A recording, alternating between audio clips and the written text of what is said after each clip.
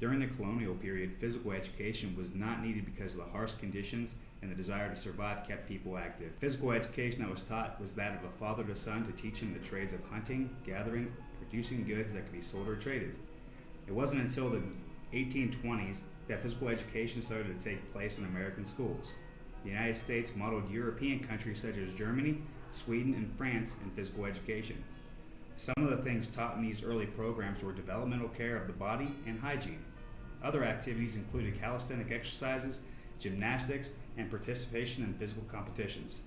In the 1800s, physical education programs started to show up in universities, giving birth to games like football and baseball. After the American Civil War, school systems in larger communities started to adopt physical education programs.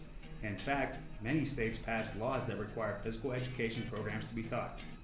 This opened the door for more instructors, and it was quickly realized that they needed to have instructors taught on how to teach.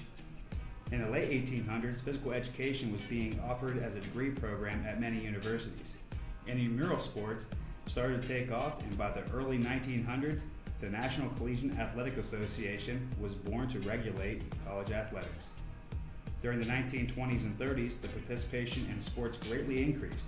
In turn, the number of teachers increased and physical education started to focus on sport. During World War I, many of American soldiers were not physically fit for military service.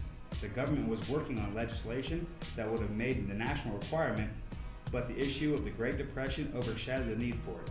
It wasn't until 1941, when America was pulled into World War II, that the problem was again obvious. Of the first 2 million men drafted, 45% failed the military physicals.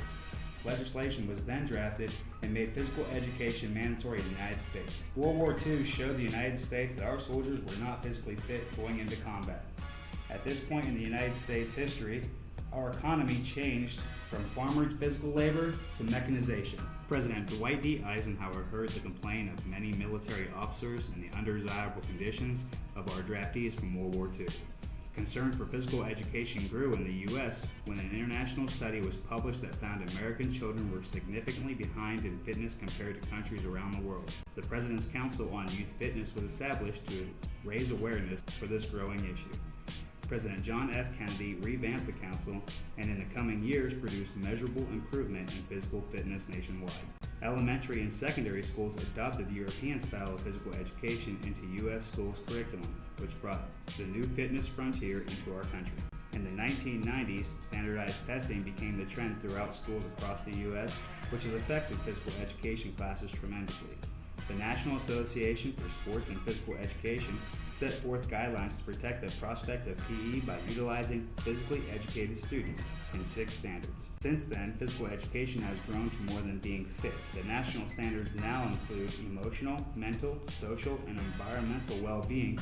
According to sparkpe.org, there is countless research showing that physical activity increases brain activity, which leads to better academic scores in all grades. Just ask the CDC, the New York City Health Department and Department of Education, and the universities of Illinois, West Virginia, California, and Columbia. They've all published research that stands behind the need for physical education in the school system. The CDC states physical activity can have an impact on cognitive skills and attitudes and academic behavior, all of which are important components of improved academic performance. These include enhanced concentration and attention, as well as improved classroom behavior. And there is more. Active living research says in some cases, more time in physical education leads to improved grades and standardized test scores. In schools that are under government mandates to bridge the achievement gap, and when those mandates encourage teaching to the test, physical education can actually help improve students' test scores.